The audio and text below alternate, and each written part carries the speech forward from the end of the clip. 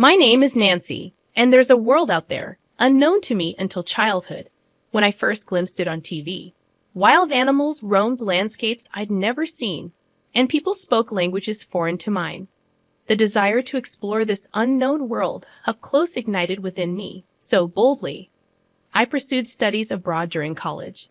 My destination, the very unknown world I yearned to discover. Despite the language barrier, the people thrived, and the land teemed with creatures amidst breathtaking landscapes. Eager for others to share in this wonder, I secured a job at a travel agency. Responsible for tour planning, I drew upon my study abroad experiences, managing everything from site inspections to negotiations. Balancing work and personal life, I married Daniel, whom I met through work. Yet, a problem surfaced with my mother-in-law, Barbara. Firm in her belief that women should remain homemakers post-marriage, Barbara clashed with my modern views. Though I respected her perspective, I couldn't let her dictate my life. To evade living under her roof, I proposed buying a house to Daniel, believing it would alter perceptions. Daniel readily agreed, and we acquired a home. However, Barbara's visits became frequent, disrupting our weekends with noise and unwelcome opinions. Despite the tension, Barbara nonchalantly announced an upcoming trip, assuming I'd join. When I hesitated due to work commitments, she accused me of neglecting family. Feeling cornered, I acquiesced, though begrudgingly. As tension simmered, Barbara, with a sly tone, reminded me of my profession, insisting I handle the trip arrangements. Reluctantly, I obliged, concealing my irritation. The destination? London, where my study abroad journey had unfolded. I still have many connections there. It might be challenging for other regions, but perhaps I can manage London. All right, I'll give it a try. I've already got the plane tickets, so just book the hotel. You've booked the flight, but not the hotel. I managed to get the tickets by redeeming my card miles for first-class seats. Barbara grinned with evident delight. Daniel, leaning in, remarked, "First class? Seriously, Mom?" "Yes, it's a first-class trip abroad," Barbara confirmed, her grin widening. "We'll depart at 9:30 p.m., so you can work until the last minute," she added cheerfully. Although her enthusiasm seemed genuine, I couldn't ignore the mountain of branded goods piled on the sofa. "I see," I said, catching on to the implication of her joy. Realizing the need to secure accommodations quickly, I decided to leverage my old contacts from my study abroad days to secure a hotel referral. Making a call, I arranged for accommodations for 4 people in 2 rooms. On the day of the trip, the short notice left me unable to take the day off work. Barbara instructed me to meet at the airport by 6:00 p.m. If I wrap up work soon, I can make it, I reassured myself. Suddenly, Barbara called. "Hello, Barbara," I answered. "Nancy, are you done with work?" she inquired. "I'm just leaving the office now, so I'll be at the airport after 6:00 p.m. "Oh, that's too bad," Barbara responded. "Well, we're actually leaving at 6:00 p.m. No way, I exclaimed, rushing back to my desk to check the flight schedule. London. I found the 9:30 p.m. flight I initially heard about, but there was also a flight leaving after 6:00 p.m. Could it be this flight after 6:00 p.m.? Yes. So the family is going without you. I felt furious. How could she plan so thoroughly to leave me out? Unforgivable. But showing my frustration would play into Barbara's hands. I had to hide my feelings, even if it meant putting on a brave face. Clenching my teeth, I said to Barbara, "I'm the one who booked the hotel, so Daniel knows the hotel name. You can't do anything now." I could hear Barbara laughing on the other end. Annoyed, I said, "Go without me then." "That's better." "We don't need a useless wife like you," she retorted. "Useless? What do you mean? Don't you know what you neglect? Housework for your job. Daniel is complaining," she continued. "True, I'm busy with work, but I've never slacked off on housework." "Why would Daniel complain? Can I speak to Daniel?" I asked. Barbara's mocking voice was followed by Daniel's greeting. "Hello, what's up, Nancy?" "What do you mean you're complaining about me?" I asked him. Just like you're always at work and neglecting me, he responded. Neglect? I prepare meals, clean, and do laundry. But you think you're doing it all yourself, right? That's not true, I retorted. Shouldn't you respect me more? Listen to me? Do things for me, I questioned.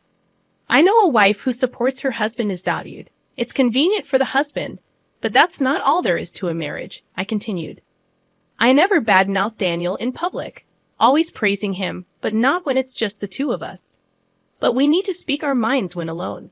Otherwise, our relationship would fall apart, and I'd become nothing but a servant to Daniel. Yet he kept complaining about me, I explained. So, you think you can act all high and mighty because you earn more? I challenged him. Not at all, he replied. That annoys me, and you're leaving me behind for that? I asked incredulously. Yeah, consider it stress relief. I'll bring you a souvenir, so don't worry, he assured me. That's not the point, I insisted. Clearly, Daniel was taking me for granted. If that's how it is, I have my own plans. Fine, enjoy the trip. Will do. Bye, I concluded, hanging up. Daniel sounded happy as he hung up. I was livid. I couldn't stand the self-centered Daniel and Barbara. Enjoy your trip without me, but be prepared. Even if you come back crying and apologizing, I won't forgive you. I rushed out of the office with my mobile phone, calling someone. Hey. Hello? It's Nancy. Are you free? I need to talk about that hotel booking. With the trip canceled, I have plenty of time. I'll settle everything now. I ran around with that determination. Then, the next evening, exhausted. I got home, and right then, the phone rang. Hello, Nancy, said Barbara, sounding quite angry. I knew the reason, but pretended not to. Barbara, are you enjoying the trip? I asked. This is no time for that.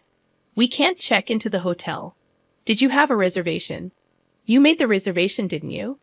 Barbara's tone grew more agitated. I canceled it because I wasn't going, I replied. Huh. What then? Where are we supposed to stay tonight? Barbara's frustration was palpable. I don't know, I admitted. Barbara's angry voice came through. But she's in London. Her anger over the phone isn't scary at all. That's tough, being abroad without a hotel. You never know what might happen, I remarked.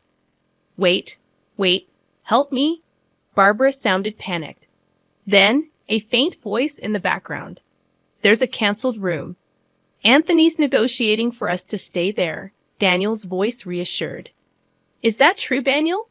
Barbara demanded. Looks like it'll be fine. You see, Nancy, the room was available because I canceled it, Daniel explained. But this was all part of my plan. My real aim was something else. Glad there was a vacancy. Thought you'd be smug about canceling our hotel, didn't you? I retorted. No, not really. Barbara laughed loudly. Frustrated, aren't you? You can admit it if you're upset. I just canceled it because I wasn't going. Putting on a brave face. How pathetic. Typical of Daniel's useless wife, Barbara continued. Tired of listening to her bragging, I quietly hung up the phone. She probably didn't even notice. I smiled a little at that thought. Anyway, just a few more days to endure. I braced myself and had dinner. A few days later, on my way back from a certain place, Barbara called again. Hello, what's up, Nancy? What's going on again? She asked. Not again. What's wrong with this hotel? I inquired. In short, they stayed in the room I canceled, thanks to Anthony's negotiation.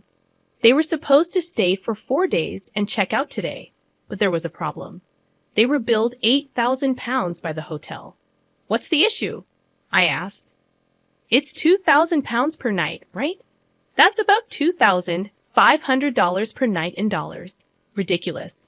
It's for 2 rooms, right? So, about $1,200 per room. You told Daniel it was $300 per room per night. Yes, I did. So it should be $600 for 2 rooms. Why is it 4 times? I was astonished that they stayed without even checking the room rates. Well, I anticipated this, so I set it up accordingly. Anyway, Barbara making a fuss on the phone must be bothering others. I should calm her down. Hey, Nancy, can you hear me? Barbara's voice echoed through the phone. Barbara, can you be a bit quieter?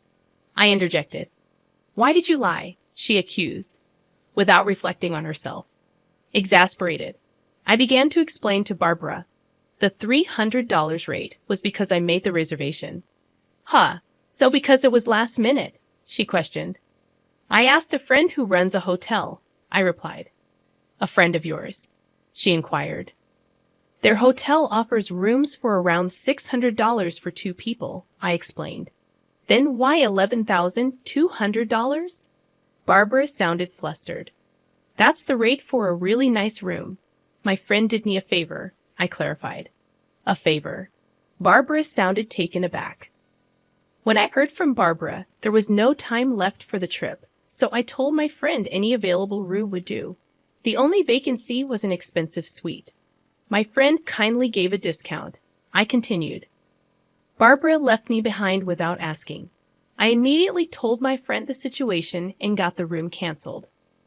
But I couldn't just leave Barbara and the others without a hotel, so I asked to accommodate them at the regular price if they came. I knew Barbara, having heard about the hotel from Daniel, wouldn't check the price. And I was right. Come on, you should have said that. Yelling won't help. Please make sure to pay, I urged. We're not paying, Nancy. You pay, Barbara retorted. But if you don't pay, you'll be arrested, I warned. Arrested. Of course, troubles abroad can be messy. Are you okay with that? Barbara seemed at a loss for words. As I was about to hang up, thinking I had won, Barbara shouted, Don't mess with me.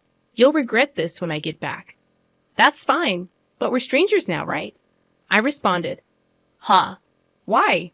Barbara sounded confused. Well, you said it was a family trip. So since I'm not there, I'm not family, right? I reasoned. Before she could finish, Anthony's voice came from the phone. What's all this yelling about? Be quiet. It's embarrassing. Seizing the opportunity, I called out to him, Anthony, are you okay? How's your cold? I never had a cold in the first place. What's going on? Anthony's voice was filled with concern. It seemed Anthony took the phone from Barbara. His voice grew louder. Nancy, can you explain everything?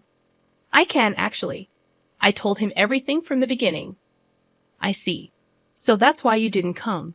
I'm sorry. I wanted to go. Anthony's voice softened. No, Nancy, you're not at fault. It's Barbara and Daniel. Anthony affirmed. From afar, I heard a whimper. Barbara and Daniel seemed frightened by Anthony's anger. Realizing this, an idea came to me. Should I tell Anthony what Barbara has been doing? I thought so. Anthony, can I tell you something? I asked hesitantly. What is it? Anthony replied. Barbara comes to our house almost every weekend, and when she throws away receipts at our place, there are piles of them, I explained. What receipts? For branded goods? Anthony sounded surprised. It's fine to buy a lot, but please dispose of the receipts at your place. Barbara wasn't just being noisy at our house. She was secretly buying branded goods and disposing of the receipts at our place to hide it from Anthony, thinking she wouldn't get caught this way. Of course, I concluded. I'm a witness, so it's pointless. But it seemed Anthony didn't know. That's interesting to hear. Also, please tell her to stop bad-mouthing you at our place. She talks about me too. Yes, she says you don't earn much. Daniel, too, calls him a useless dad, I think. Anything else? Anthony prompted. So I spilled all my pent-up frustrations to Anthony. Of course, some of it wasn't directly related to Anthony, but he listened silently. At the end, he apologized to me. I'm sorry. Now I understand. Understand what? Why Barbara didn't want to use her card to pay for the hotel. Maybe probably because the cost was much higher than she expected, close to her credit limit. I'm sorry, Barbara's voice interjected. That was unforgivable. All your wasteful spending, Barbara. I want a divorce. Please don't do that. Anthony's shouting was followed by Barbara's pitiful voice. He also yelled at Daniel. Daniel, why don't you defend your wife? That's, don't come to my house anymore. Reflect on this alone, Anthony said firmly. Yes, sir, Daniel sounded unusually obedient. Probably, he thought being banished from his parents' house wasn't a big deal. That's when I struck the final blow. So, Daniel, looks like you're going to live alone now, huh? What do you mean? Suddenly, Daniel's voice got louder. He must have grabbed the phone. I moved my phone a bit away and told him the situation. Daniel, I want a divorce. A divorce? You're joking, right? No, I'm serious. I've already sold the house. You sold it? Why would you do that without telling me? That's our house. No, it's my house. But I was paying the mortgage too. No, you weren't. What do you mean? I was giving you part of my salary every month. That was for living expenses. A few hundred isn't enough for the mortgage. Daniel had been giving me a few hundred monthly. It helped with living expenses, but not enough for the mortgage. So I paid it alone. The house was in my name, so there was no room for complaint. This incident made me decide to divorce Daniel. I sold the house full of unpleasant memories of living with him. So, you'll be living alone now. Wait, think it over. No, it's decided. I'll contact you once I find a place. Then, I'll send you the official notice. Official notice? Of course, I'll be claiming compensation in the divorce. Wait for me. Daniel was crying on the other end, but I didn't care. I hung up the phone. After that, Daniel and I divorced following discussions. Anthony actually divorced Barbara too. Barbara, due to her wasteful spending, didn't get any compensation in the divorce and was left on her own. I was just thrown out of the room. Daniel was nearly broke, apparently having spent everything except the few hundred he gave me each month on frivolous things. Now he's living in a rundown apartment and commuting to work. But things might be better for Daniel than Barbara. With no house or money and Daniel's place too small, Barbara had to take a live-in job. She's working hard from morning till night now. As for me, I'm doing great being single. I have more free time and can handle overseas negotiations. I've become a relied-upon figure at work, even hearing talks of a promotion to department head today. I'm busy flying around the world, planning new tour packages.